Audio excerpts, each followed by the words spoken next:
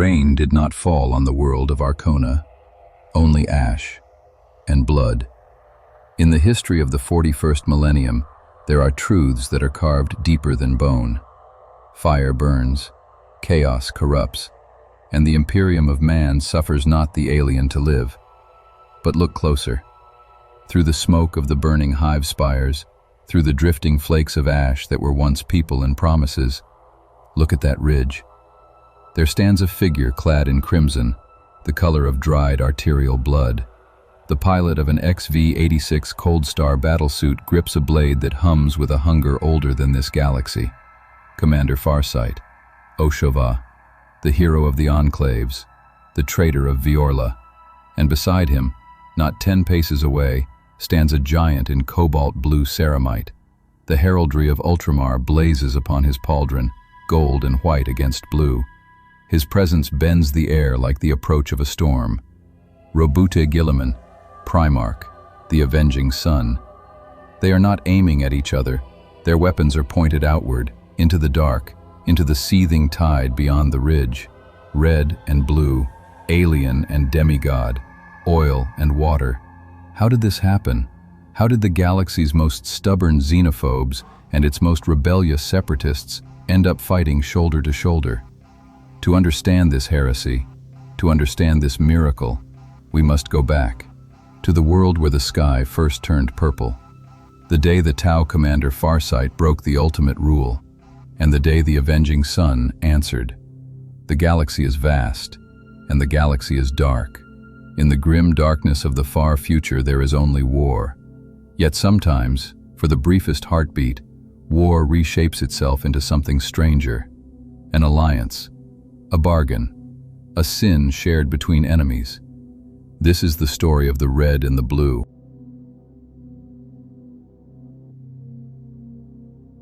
Chapter 1. Ash and Silence. The tactical map of Vior'los was bleeding. Crimson icons pulsed across the hollow table, each red smear representing a new node of enemy biomass. They multiplied like an infection, consuming the clean geometry of the Enclave defense grid. Commander Oshova did not move. He stood at the center of the command dome, XV-86 helmet mag-locked to his hip, the cold air brushing the scars on his face. The room smelled of ionized air, machine oil, and the faint, acrid tang of burned flesh lingering on armor plates that had been rushed through decontamination. He did not speak. He only watched the red dots. They were multiplying. Every second 1,000 new markers spawned and crawled across the surface of the display like disease. Tyranids. Hive Fleet Kraken had thrown a splinter of itself toward the red-stained worlds that the Ethereals preferred not to mention in their glorious broadcasts. It had found the Farsight Enclaves. "Commander," the voice came from behind him, ragged, filtered through a cracked vox. Arakon, one of the 8, limped into the light. His battlesuit's chestplate was scorched black, heat-stress lines spiderwebbing across the armor. Dried green ichor clung to one knee joint. "The northern perimeter is gone," Arakon said quietly. "The Earthcast engineers at Shield Station 9 are dead. We have lost the primary generators." Farsight's metal gauntlet tightened around the edge of the hollow table. The reinforced surface groaned. A shallow dent bloomed beneath his fingers. He still did not look away from the map. "And reinforcements?" he asked. His voice was calm, almost flat, but his red eyes burned. "What of the Empire? What of the Ethereals' word?" There was a hesitation. It weighed more than any enemy artillery barrage. "Silence, Commander," Arakon whispered. "Just silence. We have sent 10 high-priority requests through every relay we still possess. The Empire has blocked our channels." Farsight laughed. It was a short, dry sound that contained no humor. Of course, the Ethereals would not send help. Not to him. Not to the traitor who had broken their sacred script, who had taken his warriors beyond the 5th sphere and carved out a red-ringed realm of his own. They would let the Tyranids eat the Enclaves alive. It was a perfect execution. Elegant, economical, clean. And the Ethereals did not even have to pull a trigger. Farsight's gaze drifted, just for a heartbeat, away from the bleeding map. A secondary hololith showed grainy feeds from low-orbit drones. He saw evacuation columns, civilians in simple pressure suits, fire-cast cadets barely old enough to hold a pulse rifle, earth-cast apprentices dragging crates of tools heavier than they were. On one feed, a fire warrior who could not have seen more than 3 campaigns helped an injured comrade into a transport. The young warrior's helmet was off. His face was streaked with ash. He cradled a snapped rifle stock as if it were a broken limb. The image cut out under a wash of static. The shadow in the warp. That was what the humans called it. The psychic pressure of so much ravenous alien hunger that astropathic signals shriveled and died, that communication became a strangled whisper. But Farsight knew the truth. The isolation was not just psychic, it was political. His people were going to die. Men, women, children of the fire caste, earth caste, air caste, the stubborn, brilliant, flawed souls who had chosen to follow him into exile. They would be stripped down and poured into the biomass pits of the swarm. "We are running out of ammunition," Arachon said, not bothering to hide the tremor in his voice. 3 cycles of sustained fire, maybe 4. After that, rocks and knives, Commander. The command dome's overhead shutters rattled. Somewhere high above, another organic spore capsule punched through the upper atmosphere, trailing purple fire. Farsight closed his eyes. He thought of the code of fire, of lessons whispered by Fireblade mentors about patience and precision, about the clean geometry of a perfect kill zone. He thought of the greater good, the shining promise of unity, of rational purpose, of a galaxy tamed by logic and cooperation. The promise that had abandoned him. He opened his eyes. "Prepare the long-range transmission array," Farsight said. Arachon stared. "Commander? The Empire has blocked our frequencies. No one is listening. We are alone. There is no—" "I am not calling the T'au Empire," Farsight snapped, then forced his tone level again. "Reroute the primary beacon. Lock it to these coordinates." He gestured, and the star field above the holotable reconfigured. Red Imperial glyphs yielded to new symbols. Blue, stark, angular. System designations written not in fluid T'au script, but in brutal, blocky High Gothic. A sector of space dominated by 13 stellar marks, each crowned with a stylized U. An empire within an empire. Ultramar. Arachon took one involuntary step back. "Commander, that is madness. The Guilliman kill us on sight. They are savages, barely above orcs. Their worlds burn under their own cruelty." "They are savages," Farsight agreed, "but they hate the Tyranids more than they hate us." He watched the red tide creep toward the last defensive bastions of Vior'los. "The Ethereals have chosen our death," he said. "The Empire has turned its back. If I must beg a human demigod for the lives of my people, I will do it." The dawn blade on his back thrummed softly, a note at the edge of hearing.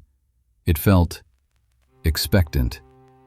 "Connect me to the channel," Farsight ordered, turning fully toward the comms dais. "I will speak to the Lord of Macragge." Technicians looked at him as if he had asked them to reach into a sun, but they obeyed. Array towers rotated, antennas that had never been, meant to speak to human ships, retuned themselves, screeching across forbidden bands. Outside, the sky began to bruise with the first flickers of purple.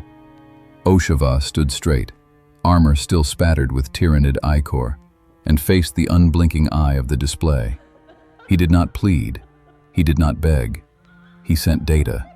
Trajectory arcs, mass estimates, planetary defenses, weak points, kill zones. He sent the exact path of the Hive Fleet Splinter as it curved through the void, hungry for red worlds. Finally, he spoke. "This is Commander Farsight of the Enclaves," he said in clipped, heavily accented Low Gothic. "I do not ask for peace."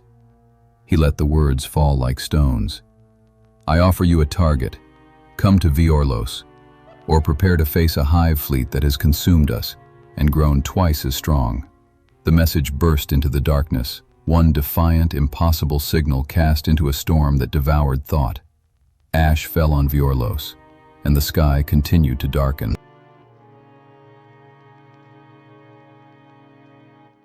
Chapter 2. The Heretical Transmission. Macragge, Fortress of Hera. The air inside the strategium smelled of incense and gun oil, a perfume of piety and killing. Cherub servitors drifted beneath the vaulted ceiling, their infantile faces blank as they trailed prayer scrolls behind whirring servo limbs. Stormlight slanted through stained adamantine, painting the marble floor in fractured colors, saints, martyrs, and angels dying in 100 glorious poses. This was a place of absolute order, steel-bound faith, codified violence.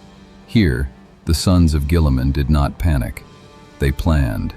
The alien's voice echoed from the projection pits, looped into the air again and again.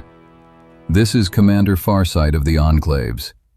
Each repetition was an affront. Captain T'au Enclaves slammed his fist into the marble table. Cracks spidered beneath ceramite knuckles. "Heresy!" Enclaves spat. His blue eyes burned hotter than the purity seals fluttering from his armor. "It is a trick. The Xenos seeks to lure us into a trap, my lord. We should bring exterminatus upon their worlds while they are weak. Cleanse both alien and infection in one orbital firestorm." Across from him, Chief Librarian Roboute stood with hands folded in his sleeves, eyes unfocused, their pupils drowned in a soft blue glow. Psychic static prickled the air around him. "I feel the shadow, Captain," Tigurius said quietly. "The Tyranids are there. That much is certain. The void screams where they pass. The Xenos commander speaks with desperation, not deceit." "Then let them die," Enclaves snarled. "Let the swarm glut itself on alien filth. Why should the sons of Guilliman bleed for those who have never once bent the knee to the throne?" "Because of the math." The new voice rolled through the strategium like a boulder sliding into a chasm. Everything in the room seemed to lean toward it. The chamber fell instantly silent. Roboute Guilliman stepped down from the raised dais, his towering form casting long shadows. His helm hung at his belt. His face, carved in hard, perfect lines, bore the weight of 10,000 lost campaigns. He stood at the edge of the central hololith. Starfields rotated beneath him, washed in red threat indicators. "If the Enclaves fall," Guilliman said, gesturing with one massive hand, "the Tyranids will not simply leave bones behind. They will absorb their biomass. They will study their innovations, crude as they may be, and they will adapt." The display shifted, extrapolations unfurling in lines of predictive code. A Carnifex sprouting vectored thrusters, bounding across the battlefield. A biocannon spiked with alien metal, spitting projectiles at railgun velocity. "Imagine a Carnifex with the speed of a T'au jetpack," Guilliman continued. "Imagine gaunts screened by energy fields stolen from battlesuit shields. Imagine the hive mind with a sliver of their cold, precise logic." The Space Marines around the table stiffened. Even Enclaves' anger faltered beneath the sheer practicality of the horror. "The Xenos is correct," Guilliman said. "He offers us a killing ground. If we strike now, we meet the swarm while it is feeding, distracted, rooted. If we wait," his fingers closed into a fist, "we face a predator that has just finished a meal." "The Codex Astartes does not support this," Enclaves said at last, the words sounding almost like a prayer. "To fight alongside aliens, to coordinate with them, it is—" "The Codex Astartes," Guilliman cut in gently, "is a guide, Cato, not a suicide pact." He let the words hang there, deliberately echoing through his own fortress. Tigurius lowered his gaze, the psychic glow dimming. "My lord, there is more," he murmured. "When I turned my mind toward the signal, I saw images, red armor beside blue, a blade that is not a blade, drinking time itself, a sky turned the color of bruises." Guilliman's jaw tightened almost imperceptibly. Portents? He asked. Possibilities, Tigurius replied. The warp is loud around this commander. Loud and wrong. A lesser man might have shivered. Guilliman merely inclined his head. Noted. He turned toward the Vox officer, a mortal in crisp navy fatigues whose hands trembled on the edge of his console. Open a channel, Guilliman commanded. Encrypt it at the highest cipher, for the Xenos commander's ears alone. The officer swallowed hard. At once, my lord. Racks of arcane machinery hummed and clicked. Servo arms shifted, plugging and unplugging rune-etched cables. Deep within the fortress, astropathic choirs screamed hymns into the screaming dark. The channel slammed open like a wound in the air. For a heartbeat, there was only static. Not the familiar crackle of solar interference, nor the distant whine of machine spirits. This was heavier, thicker, as if the signal were clawing its way through a living fog. Then, a voice, clipped, consonants hard, vowels mangled. Guilliman, Lord of Macragge? This is Roboute Guilliman, the Primarch said, leaning toward the speaker grill. His tone held no warmth, only iron. Commander Farsight. Around him, the chamber stared at the empty air as if expecting an alien to step out of it. On the far side of the galaxy, Oshava stood alone in his command dome and listened. Keep your guns pointed at the sky, Guilliman said. If you aim even a single weapon at my ships, I will burn your world to ash before the Tyranids have the chance to do it for you. He let the promise sit. Not a threat, a fact. There was a pause, a faint hiss of Farsight's breath over a failing channel. Understood, the T'au commander said. I do not ask for mercy, only efficiency. We arrive in 6 standard hours, Guilliman said. Hold. The channel died with a sharp pop. The alliance is made, Tigurius said, murmured. Blasphemy sealed in void-carried words. Not an alliance, Guilliman corrected softly. A calculation. He looked out past the walls of stone and steel, as if he could see through them to the stars. Prepare the fleet, he ordered. Blue-hulled battle barges and strike cruisers turned their prows toward a red iron cluster at the eastern fringe of Ultramar. Warp engines thrummed awake. Geller fields bellowed their defiance into unreality. Angels of death moved to stand beside the outcast of the greater good. The God Emperor helped them all.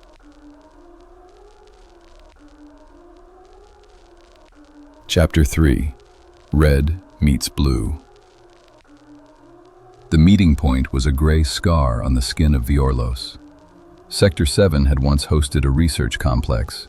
Sleek white towers, carefully sculpted windbreaks, elegant drone gantries. Now it was a flat wasteland of fused slag and cratered concrete, scoured clean by orbital bombardment and Tyranid digestion pools. Ash whipped across the landing zone in low, bitter waves. The sky above was a jaundiced smear, shot through with distant streaks of entering drop pods and spore clouds. On the eastern ridge, the lines of the Farsight Enclaves cut the air. Crisis battlesuits hovered in disciplined formations, jet nozzles whispering, silhouettes lean and sharp. Marker light drones floated above them like silent halos. Fire warrior teams crouched behind mobile cover shields, pulse rifles trained on the horizon. On the western approach, blunt, brutal, and implacable, the Ultramarines made their line. Thunderhawk gunships rested on extended landing struts, engines idling with a predatory rumble. Intercessor squads formed firing ranks, auto-bolt rifles held at low ready. Terminator veterans stood like statues of war, storm bolters dark but ready, power fists and chain fists humming softly. Between the two lines, an open strip of land baked under the sickly light. No man's land. No T'au's land. The air itself seemed to buzz with hate. Every fire warrior present had been raised on carefully curated images of Gila brutalities. Pile of bodies, cities turned to glass, statues of primitive gods used as altars for sacrifice. Every Space Marine had absorbed catechisms that named the alien a walking disease, a mutation in the flesh of the Emperor's design. Their fingers tightened on triggers, gun barrels tracked like hungry eyes. Commander Farsight walked forward. He had chosen not to wear his helmet. Let them see his eyes, he thought. Let them see that he is neither beast nor machine. He walked down from the line of battlesuits, each of the 8 falling in behind and to the sides, a loose diamond escort. Heretical, still limping, moved on his right. Bravestorm, plasma rifle cradled, took his left. In front of him, Roboute Guilliman advanced. The Primarch wore blue and gold artificer armor, each plate worked with sigils and litanies. His every step left a fine web of cracks in the fused concrete. Halo field projectors at his back glowed with restrained brilliance. To Farsight, he looked like a war god carved of cobalt and gold and set walking. They stopped 5 meters from one another. The world seemed to hold its breath. Captain Sicarius stood just behind Guilliman's right shoulder, gauntleted hand never straying far from the hilt of his sword. His jaw was clenched so tightly the muscles stood out like cords. Behind him, a squad of intercessors regarded the T'au through helm lenses that might as well have been gun barrels. Bravestorm's plasma rifle tracked minutely, its bore settling a fraction too near Sicarius's gorget. "Stand down," Guilliman said. His voice was not loud. It did not have to be. It rolled across the ash like a decree. "Lower weapons," Farsight commanded in his own tongue. For a heartbeat, nothing happened. Then, one by one, reluctantly, agonizingly slow, guns dipped. Bolters came off firing lines. Pulse rifles lowered a fraction. No one relaxed. Farsight lifted his chin, crimson armor glinting faintly under the bruised sky. "You are smaller than the statues suggest," Guilliman observed, gazing down at him. "And you are more pragmatic than your church claims," Farsight replied, Gothic trailing faint metallic echoes from his translator. For the briefest instant, something like amusement flickered in Guilliman's stone-carved face. It died quickly. The Primarch's eyes shifted to the weapon sheathed across Farsight's back, the Dawn Blade. Even at this distance, Guilliman could feel something, a pressure, a wrongness, as if time itself bent a fraction around the blade. Old instincts, honed before the Emperor had set him to writing doctrines, stirred. Warp taint, chronologic anomaly, predatory hunger. He frowned but filed it away. "We have a shared enemy, Commander," Guilliman said, "but do not mistake shared vectors of fire for kinship.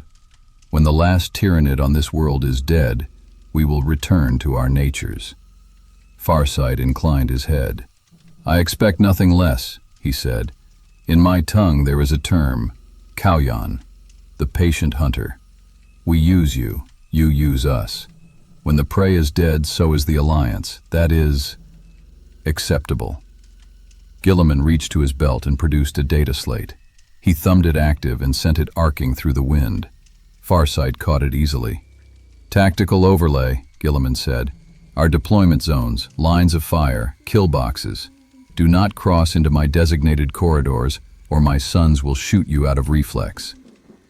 "Understood," Farsight said, scanning the symbols. Their geometry was unfamiliar, Imperial grid coding instead of T'au glyphs, but the underlying logic was clean, efficient. "In return, inform your dreadnoughts that my pathfinders leave mines where they walk. Your machine corpses are large targets." "Duly noted," Guilliman said. Behind Farsight, a young fire warrior shifted his weight. Out of the corner of his eye, he caught movement. One of the humans' floating skull machines drifted too close to a T'au recon drone. For a moment, servos whirred as they scanned each other, two different civilizations' dead eyes measuring an equal. Then both drifted apart, uninterested. It was not friendship. It was barely tolerance, but it was enough. Above them, the clouds thickened. The first flickers of unnatural lightning danced through their underbellies. A distant roar, like an ocean dragged overhead, rolled through the sky. The light dimmed. The sky turned purple. "Their spores are entering the upper atmosphere," Tigurius said softly over the vox. "Kraken's children fall." Farsight and Guilliman turned together, side by side, to face the horizon. There, a dark line had begun to crawl down the distant hills. A seething, moving thing. Too many limbs, too many mouths. The Hive Fleet had arrived.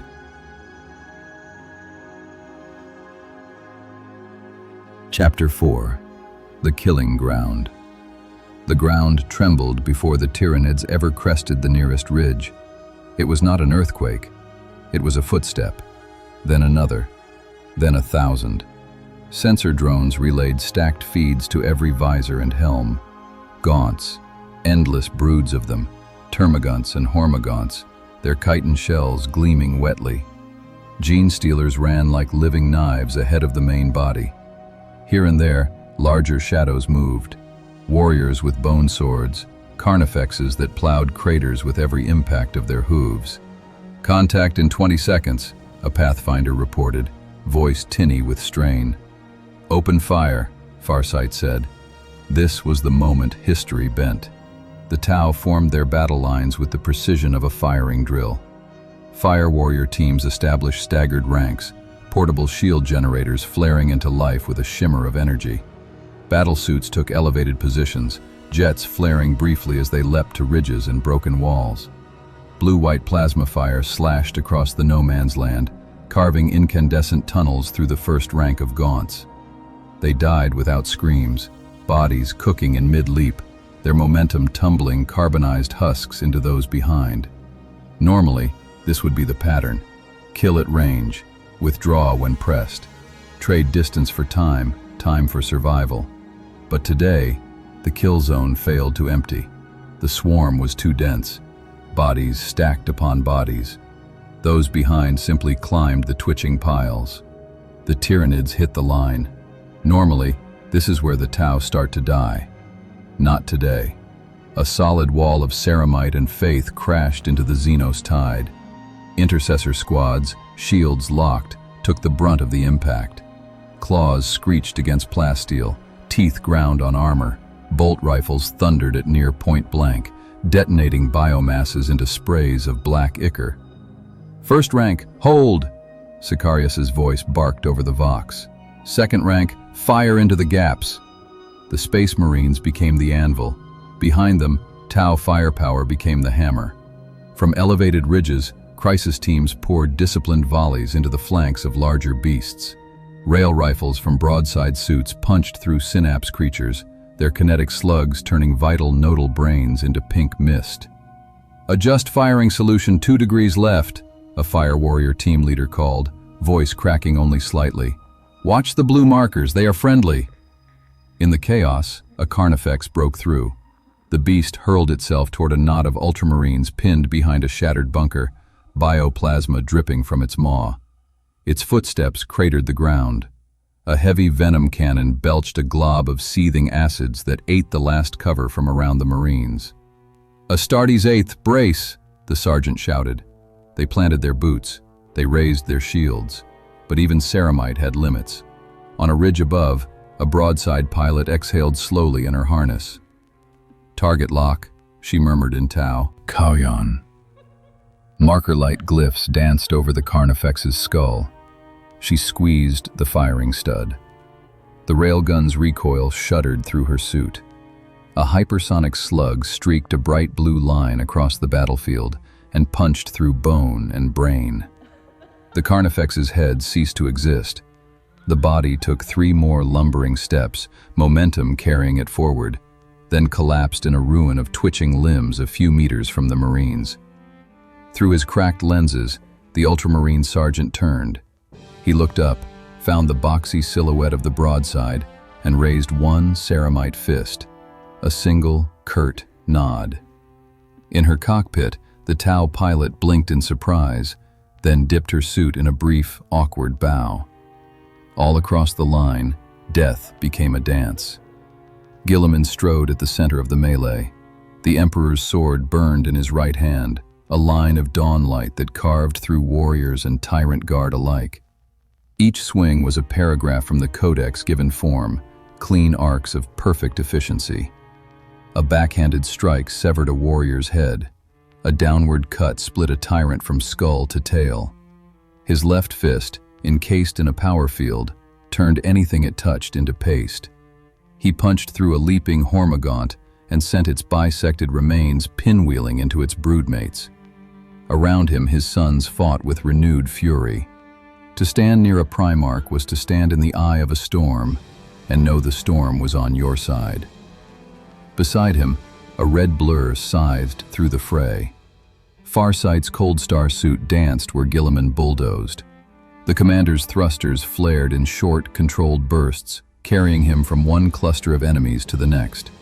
The Dawnblade flashed in tight, economical cuts, each one leaving withered, grayed flesh in its wake. He ducked under a lictor's sweeping talons, felt its claws shriek across his shoulder plate, and drove the Dawnblade up through its thorax. The creature spasmed, its chameleonic skin turning from sickly green to dead stone in a heartbeat. "Behind you!"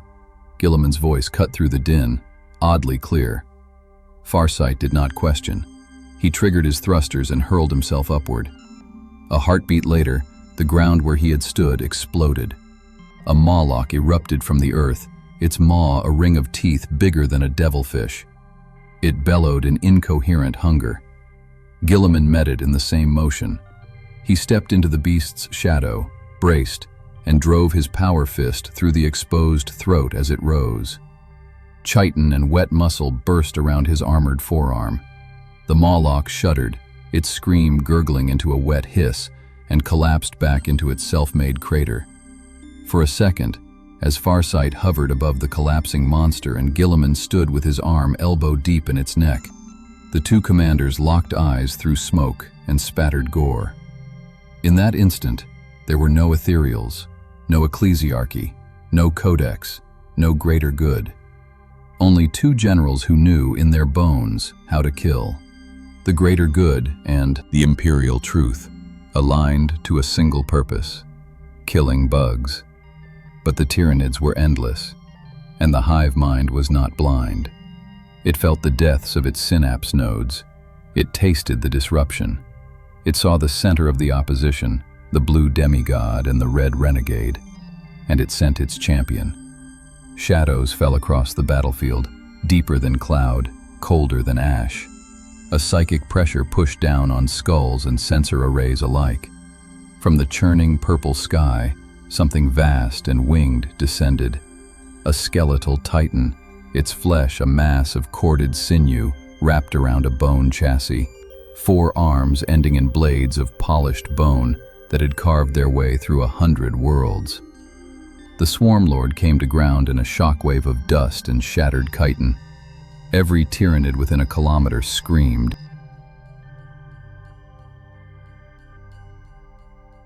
Chapter 5.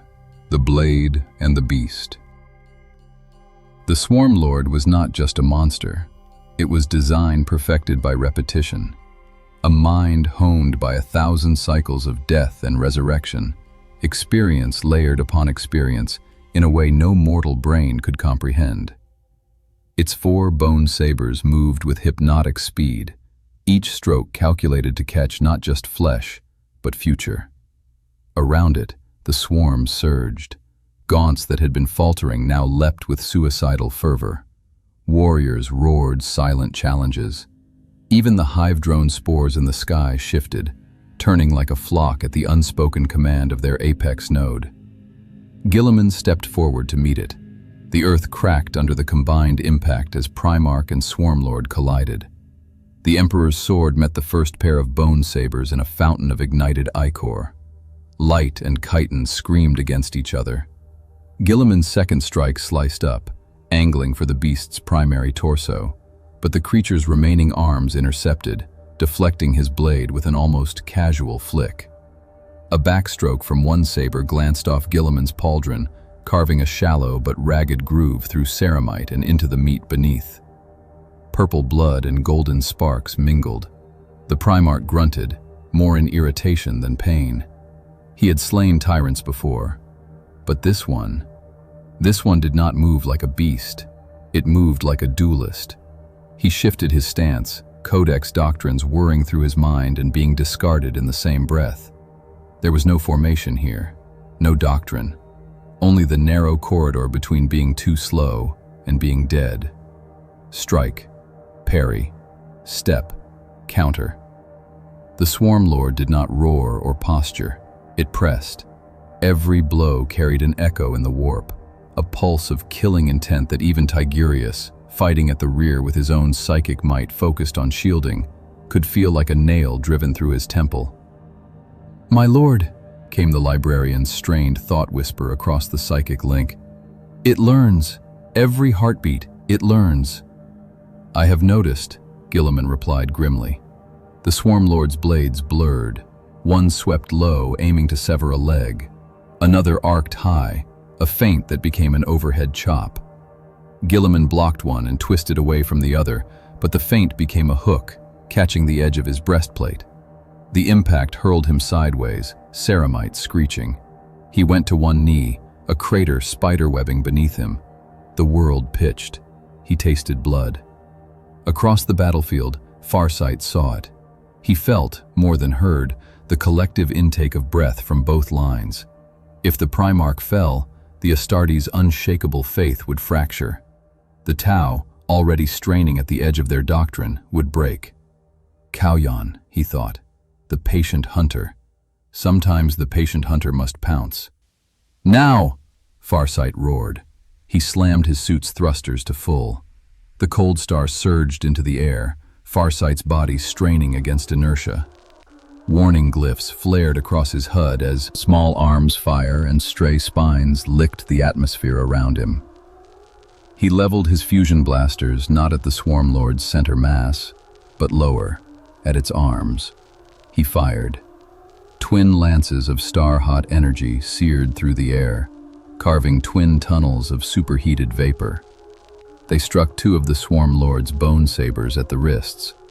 For an instant, they held. Alien bone, cross-woven with unknown bioalloys, resisted. Then they dissolved. Two of the Swarmlord's arms vanished in flares of incandescent plasma.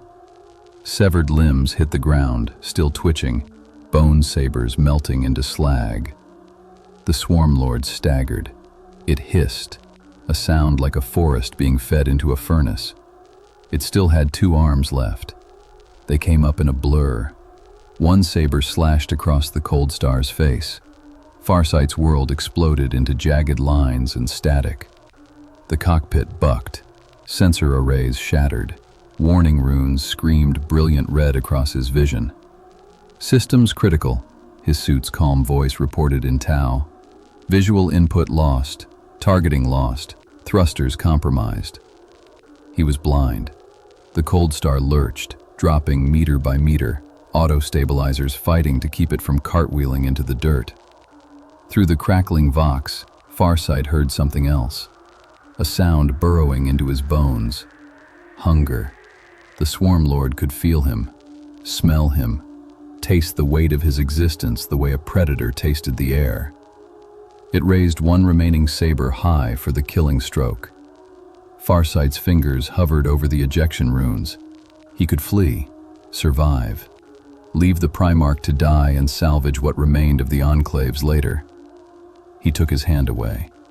If Guilliman dies here, he thought, we all do. Today or tomorrow, it will be the same corpse god in a different grave. He reached for a different set of controls. Manual overrides. Ancient, half-forgotten. He had not used them since another battlefield, another impossible foe. He felt for the Dawnblade. The weapon was mag-locked to his suit's right forearm. When he pulsed the unlock rune, the lock disengaged with a clank he felt through the frame. The sword's hum thrummed through his gauntlet and up his arm, into his spine. There was no light. There was a pressure at the edge of his senses, like standing on the lip of an event horizon. "Come on," Farsight whispered, more to himself than to the blade. "One more heresy, then you can damn me." He overrode the safeties, forced the suit's damaged hydraulics to respond. Servos screamed in protest. The Cold Star's right arm, shaking, came up. He could not see. He didn't need to. He felt the beast, felt the cold, slick wrongness of its presence, so vast it pressed against the inside of his skull. He thrust. The dawn blade pierced chitin as if it were thin ice. It sank deep into the Swarmlord's thorax, sliding between cluster organs with hungry precision, not because Farsight guided it there, but because the blade wanted it. The effect was not like any normal wound. The Swarmlord did not simply die, it withered. From the point of impact, its flesh turned the gray of old ash. Its armored plates cracked, not along physical stress lines, but as though decades of age had been poured into them in a single second. Muscle fibers shrank and twisted into brittle cords. Eyes clouded and sank. The hive mind shrieked. Across the battlefield, every Tyranid jerked as if struck. Patterns shattered, lines wavered, gaunts stalled mid-charge. In the cockpit, Farsight screamed. The energy that ripped out of the Swarmlord and into the Dawn Blade did not stop at steel. It poured into him. He felt time, felt years being stripped from the beast and rammed into his own frame. His joints, long accustomed to a very specific ache, suddenly felt light. Wounds he had carried for decades tingled and burned and then were simply not there. His mind sharpened, then over-sharpened, as if every moment of his life had been forced into a narrower blade.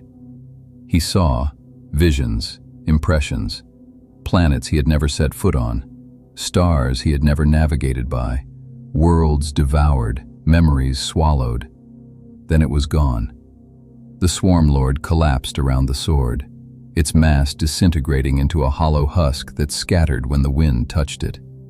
The Cold Star hit the ground on one knee with a bone-jarring crunch, half-blind, systems sparking. Silence rolled out from the corpse. Not total.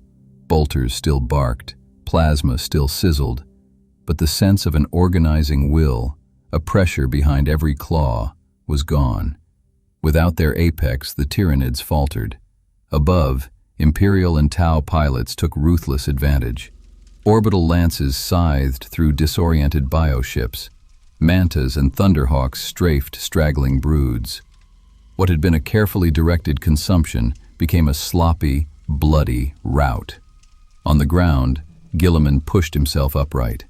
He wiped purple ichor from his face with the back of his gauntlet and looked at the thing that had almost killed him. Looked at what remained of it. Looked at the Xenos commander kneeling amid sparking ruin, the Dawnblade still humming against his armor. He saw the unnatural vitality in Farsight's posture, the absence of old pain from his movements, the way the air seemed subtly wrong around the weapon. Behind him, Tigurius staggered forward, staff ringing lightly against cracked stone. "My lord," the librarian whispered, voice raw, the psychic strain etched deeply into his features. "That weapon, it is not technology. It is not a mere relic. It is a wound in time. It steals souls, memories, what we are." Guilliman stared at the blade.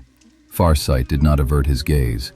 He reached up with one trembling hand and locked the sword back against his suit's arm. The hum lessened, but did not vanish. "The monster is dead, Primarch," Farsight said hoarsely. "Does the method matter?" Guilliman's hand rested on the hilt of the Emperor's sword. For a heartbeat, the battlefield hovered on, the edge of a new war. "In the Imperium," Guilliman said slowly, "the method is everything." He let the words sink into the ash and blood between them. Then he took his hand away from his hilt. But today, he looked at the Swarmlord's ruined carcass, at the staggering lines of his sons, at the distant glow of detonating bioships. Today, the result will suffice.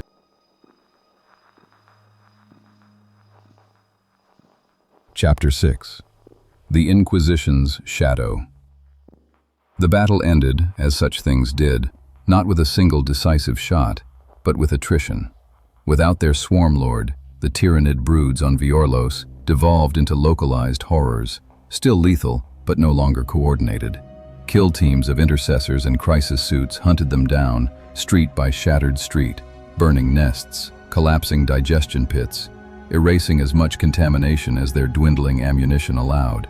In orbit, the combined fleets picked the splinters' remaining bioships apart. Imperial macro-cannon shells punched craters through chitin hulls. T'au railguns lanced through soft nodes. Vior'los's upper atmosphere became a ring of burning, falling meat. On the surface, Sector 7 became a graveyard. Mountains of Xenos corpses steamed gently in the cooling air. Pools of chemical fire burned in slow, oily colors, where promethium had run thin, and T'au fuels had been mixed with whatever industrial waste would ignite. The dead of both sides lay scattered among them. Here, a space marine, helm shattered, lay with his arm still outstretched as if reaching for a bolter that had never quite met his hand. There, a fire warrior, both legs gone below the knee, lay slumped against a bunker wall, his last magazine expended in a neat fan of cooling pulse burns. Farsight stood beside his crippled Cold Star, helmet under one arm. The other clamped the Dawn Blade, now sheathed, against his side more by instinct than conscious thought. He was very aware of his own pulse. It felt wrong, steady, strong in a way it had not felt in decades. "Commander," Arachon said quietly, limping to his side, "our casualty reports are incomplete.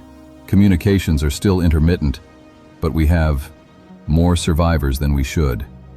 "Because of them," Farsight said, nodding toward the Ultramarines. Guilliman's forces were pulling back in orderly lines, apothecaries moving among the wounded, tech marines blessing damaged armor with machine prayers.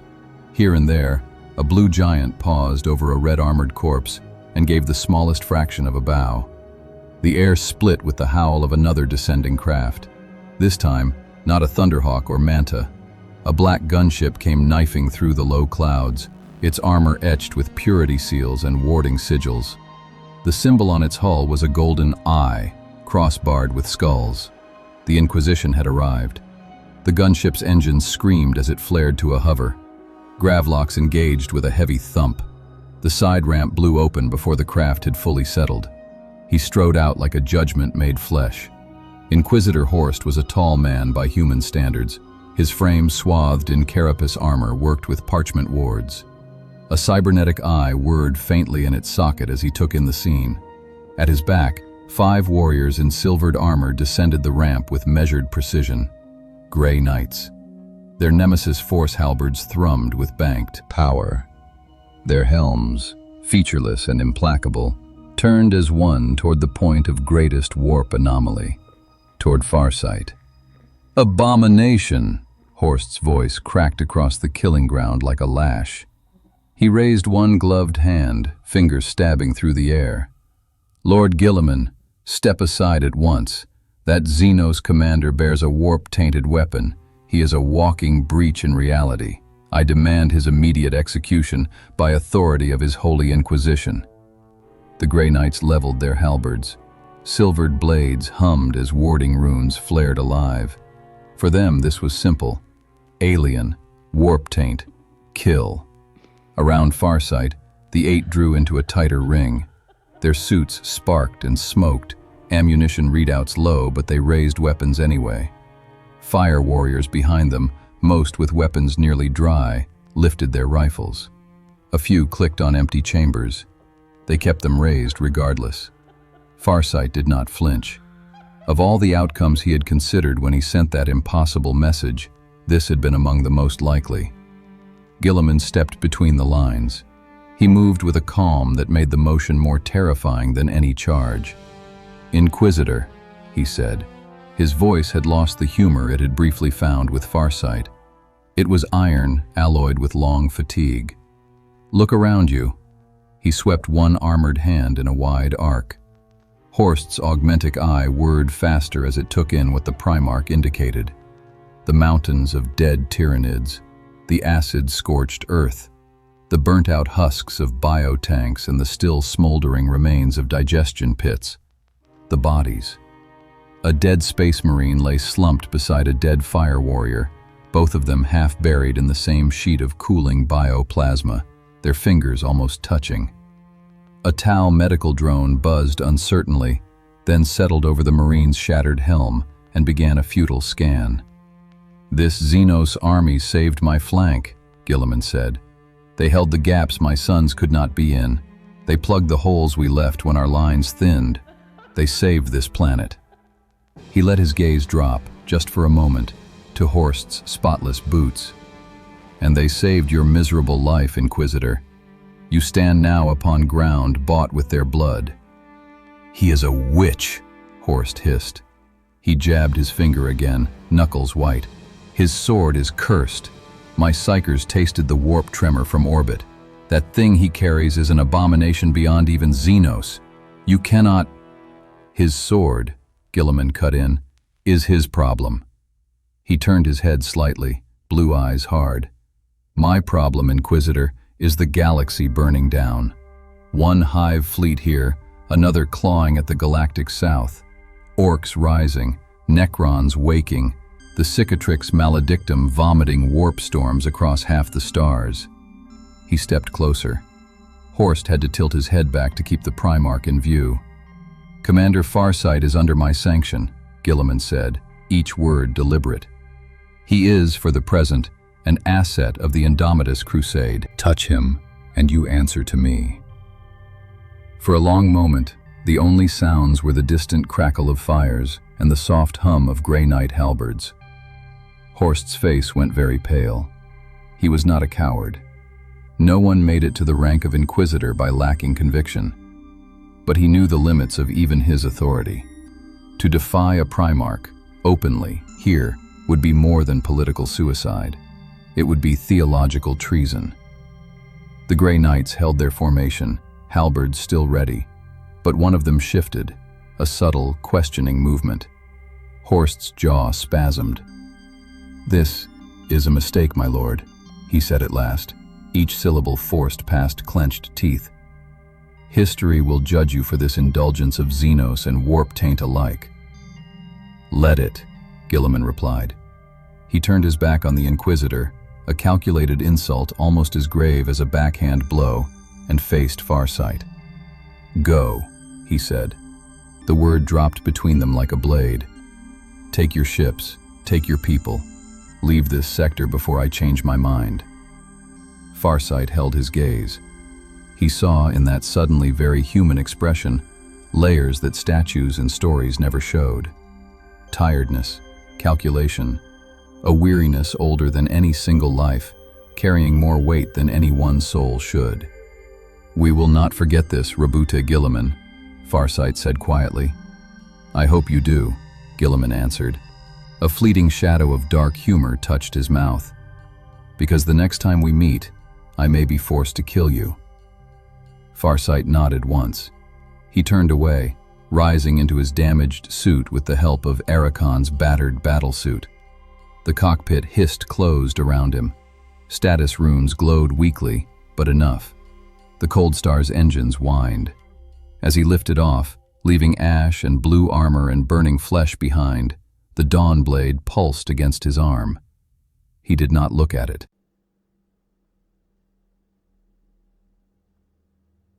Chapter 7. Silent Guardians. The Farsight Enclaves survived, barely. Vior'los would bear its scars for centuries. Entire sectors had been eaten down to bedrock, then reglassed by emergency orbital strikes. Whole caste clusters were gone, names reduced to quiet lines on casualty slates. But there were children in the shelters. There were factories that could still be rebuilt. There were veterans to tell the story of the day red and blue stood together. In the sanitized records of the Imperium, the campaign read differently. Classified reports filed in the high archives of Ultramar spoke of concerted action by Imperial forces against a Tyranid splinter. The contributions of non-Imperial auxiliaries were noted in footnotes, buried under layers of sigils and ciphers. The wider Imperium heard simply that Hive Fleet Kraken had been checked on the eastern fringe, that the Primarch had once again performed a miracle in the dark. The T'au Empire said nothing at all. In glossy propaganda feeds, the Ethereals spoke of victorious pushes against minor Tyranid incursions, of heroic sacrifices made for the greater good. The Enclaves were not mentioned. Farsight's name remained a curse, but in the void between empires, signals moved that did not appear on any public channel. Out beyond the reach of comfortable lies, encrypted bursts of data paced one another between unaligned relay buoys and forgotten stations. They were rare, brief, tightly focused. Once, when a nascent orc empire began to coalesce near a red-framed world, a string of coordinates arrived in the secret comms buffer of a certain strike cruiser bearing Ultramar's colors. No preamble, no plea, just a target. Days later, a different string of data pulsed through a heavily shielded array hidden in the Farsight Enclaves. Trajectory plots, estimated forces, a warning about an awakening Necron tomb complex. No thanks, no promises, just information. They were enemies. They were rivals. Their cultures would never mix. Their philosophies would never align. But in the dark between the stars, surrounded by horrors that cared nothing for scripture or ideology, they were also something else. Two stubborn, pragmatic lights. On a quiet watch cycle aboard the command deck of a red-hued patrol ship, Farsight stood alone before a hololithic starfield. Red icons marked his worlds. Blue marked Ultramar's domain. Between them, tiny white skulls marked Tyranid gluttonies, orc was, warp storms. Every so often, in the shifting geometry of patrol routes and strike vectors, a red line and a blue line crossed over the same dead world. Briefly, quietly. He looked down at his hand. He flexed his fingers. They did not ache. The dawn blade hung on the rack beside him, sheathed and silent. No light leaked from it, but the air around it always felt 1 degree colder. "How long," he asked it softly, "before you ask a price I cannot pay?" The blade did not answer. Somewhere, on a world wrapped in marble and faith, Roboute Guilliman stood in his own strategium, staring at another starfield. His augurs flagged strange movements on the eastern fringe, a familiar pattern of red deployments. Tigurius approached him. "My lord," the librarian said, "the Xenos commander, you know this cannot endure. The Inquisition, the Ordo's Xenos will not tolerate this shadow pact forever." "I know," Guilliman said. He closed his eyes for a moment. In the darkness behind his lids, he saw a red blur and a humming blade that ate time. He saw a world saved by heresy. He saw futures branching, some ending in Tyranid jaws, some in Necron tombs, some in civil wars sparked by purists screaming at compromise. When he opened his eyes, they were steady. "We do not live in an age of clean choices," he said. "We live in an age of necessary sins." "And the Xenos?" Tigurius asked. "One day," Guilliman said quietly, "I may have to kill him." He let his gaze drift to a single, faint data thread blinking between Ultramar and a red cluster beyond Imperial borders. "Until that day," he added, "he is a sword pointed in the same direction as ours." In the vast, uncaring dark, two enemies watched the same stars and made the same bitter calculation. For now, that was enough. In the grim darkness of the far future, there is only war. But sometimes, in the crack between one apocalypse and the next, there is also this: red and blue, ash and silence, a choice that should never have been possible, and the thin, stubborn hope that somewhere, someone will remember.